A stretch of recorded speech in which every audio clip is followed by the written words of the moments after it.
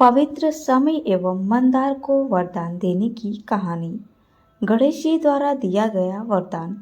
शमी और मंदार हिंदू मान्यता के अपवित्र एवं पूजनीय वृक्ष है। गणपति और शिव की आराधना तो इनके साथ ही पूर्ण माने जाते हैं।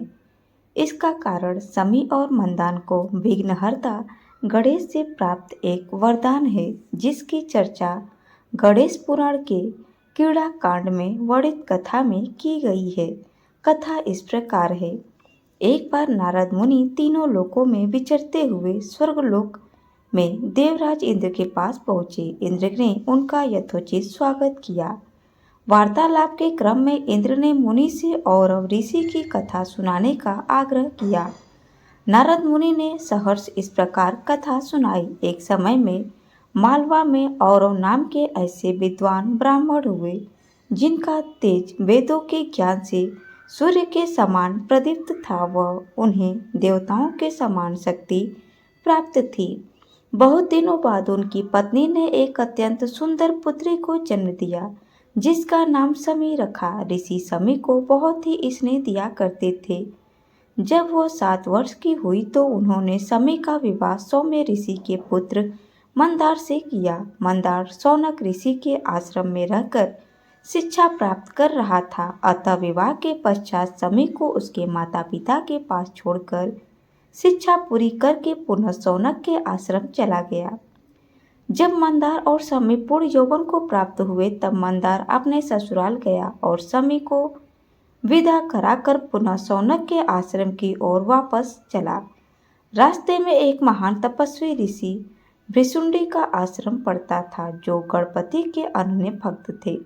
उनकी तपस्या से उन्होंने भगवान गणेश को प्रसन्न किया था, जिन्होंने ऋषि को यह वरदान दिया था कि गणेश की तरह ऋषि भृशुंडी भी अपने कपाल से शुंड निकाल सकते हैं। जब शमी और मंदार भृशुंडी के आश्रम के पास पहुंचे तो उन्हें गणेश की तरह शुंड निकाल कर देखा। दोनों को हंसी आ गई।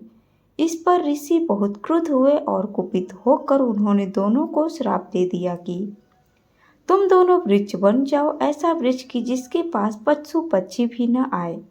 ऐसा ही हुआ। मंदार ऐसा वृक्ष बना जिसकी पत्तियां कोई पशु नहीं खाता, और शमी ऐसा वृक्ष बनी जिस पर कांटों की अधिकता के कारण कोई पक्षी शरण नहीं लेता।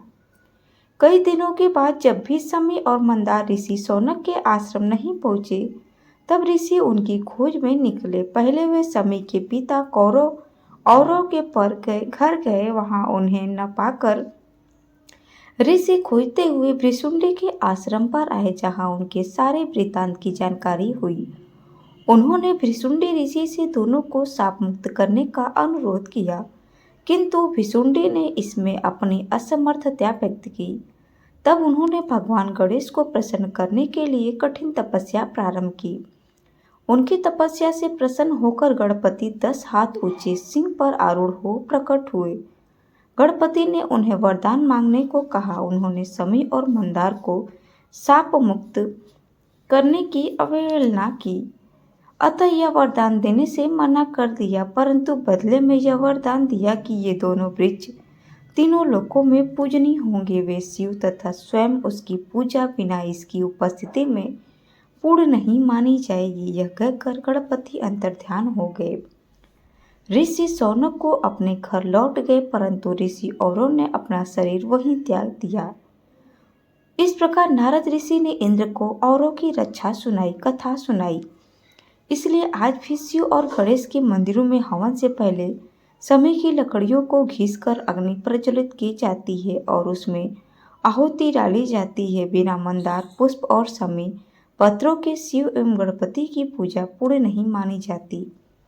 शमी वृक्ष का प्रसंग महाभारत में भी आता है। जब पांडवों ने 12 वर्ष के वनवास के बाद 1 वर्ष का अज्ञातवास प्रारंभ किया, तो उन्होंने अपने वेश तथा नाम बदले थे तथा अपने शस्त्र अस्त्र विराट नगर के बाहर शमशान में एक बड़े शमी वृक्ष के अंदर ही छिपाया था।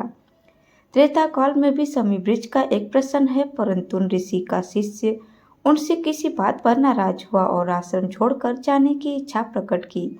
गुरु ने शिष्य से गुरु दक्षिणा में 14 कोटि स्वर्ण मुद्राएं मांगी। शिष्य अयोध्या के राजा रघु के पास गया और उनसे यह राशि मांगी।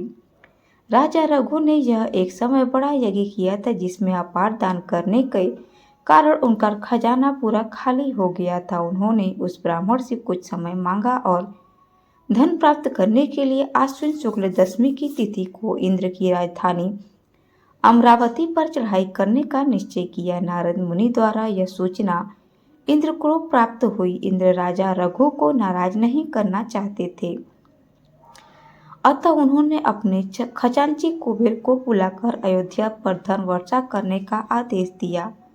नियमित तिथि से पहले की रात को कुबेर ने ऐसा ही किया। धन वर्षा एक बड़े समी वृक्ष के ऊपर हुई। जब राजा रघु ने यह जाना तो ब्राह्मण को सारा धन देने के लिए बुलाया, परंतु उसने अपनी आवश्यकता अनुसार 14 कोटि स्वर्ण मुद्राएं ही ली थी और गुरु दक्षिणा चुकाई। दान के उद्देश्य से प्राप्त धन की बची अपार राशि रघु ने स्वयं रखना अपने आत्मसम्मान के विपरीत माना और यह घोषणा की कि जिसे भी आवश्यकता हो यह ले जाए।